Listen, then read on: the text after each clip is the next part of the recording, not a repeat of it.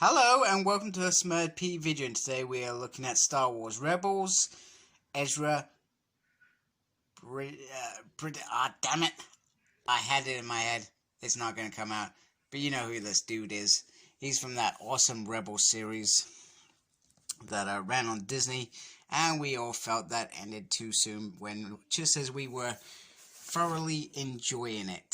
So yeah, there's that. With his introduction to the crew after Ghost, a small band of rebels fighting back against the Empire, Ezra comes to believe that he can help change the galaxy for the better, which is pretty awesome. Okay, so here is Ezra out of his package, and his hair looks bluish. I can't remember it being blue in the show. I always thought it was black. But it is on my list to rewatch after I finish with Clone Wars anyway.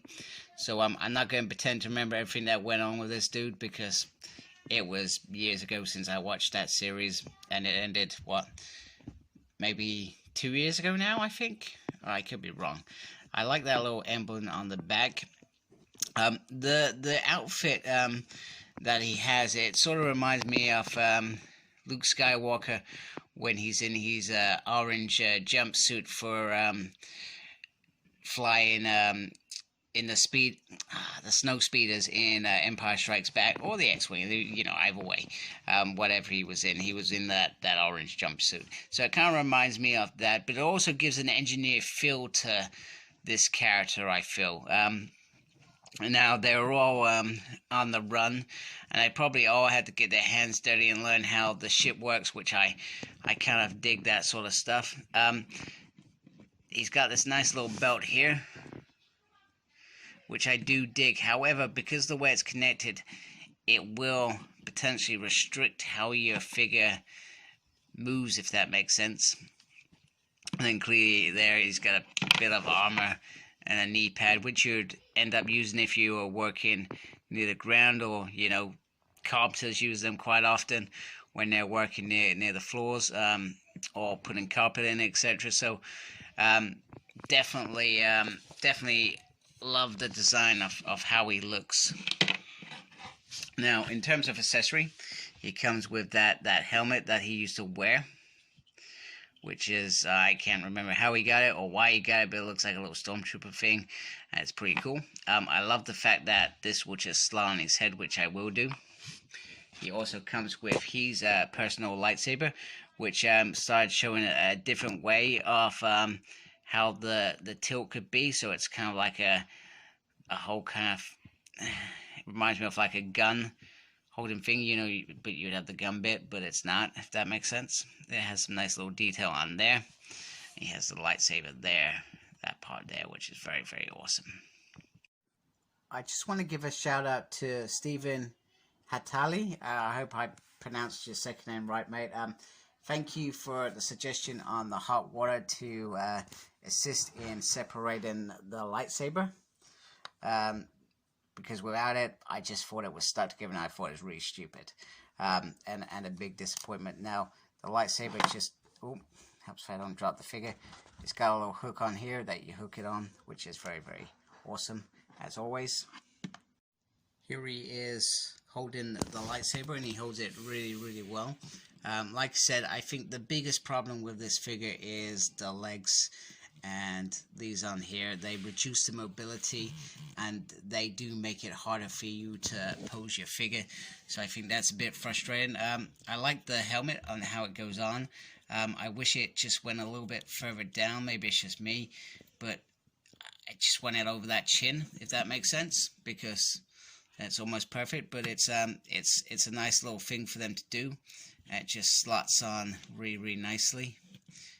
And after saying how good the lightsaber fits on there, he's just kind of dropping it.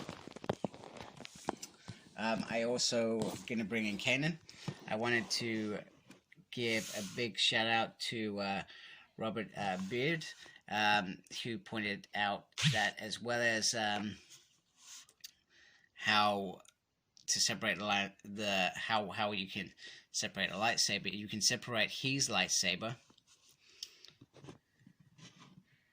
and part of it sits on the back and part of it sits on the front there, which I think is very, very, very cool, and really, really a good idea.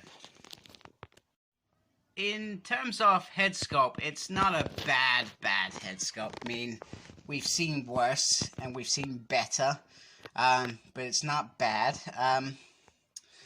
The only thing I would say that I was disappointed, and what Hasbro I would have liked to see on their second release, is people like the second heads and extra hands and stuff, and it would have been good to get Ezra with his almost shaven head, because I think it made sense, you know. At some point you're gonna want to show that off. Same with Kanan, you know. It would have been cool to have him as blind Kanan with the damage to the eyes and stuff. I think these were essential moments in Rebels that defined these characters, and who they are.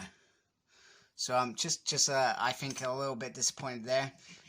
Here he is with Kanan, and so far they look very, very nice, very impressive. And I like the size of Ezra as well, and I don't think he actually grew much taller as the seasons went on either, if I remember correctly. I can't remember how old he was meant to be considered in that first season, but I think he grew up fast, but clearly didn't get much taller. So I think he's a nice figure. I like how he has been painted, etc., and how he looks. I think that's cool. The second head was I think a failure on Hasbro's part to deliver for fans, but he comes with the accessories you would expect him to. The lightsaber and the helmet, and maybe that red pyramid thingy would have been cool as well, but you know, like, once again, not the end of the world. I feel like the mobility part of, if you wanted to pose him, I think that's the biggest downfall of this figure of all. But all in all, it's a second release for Rebels.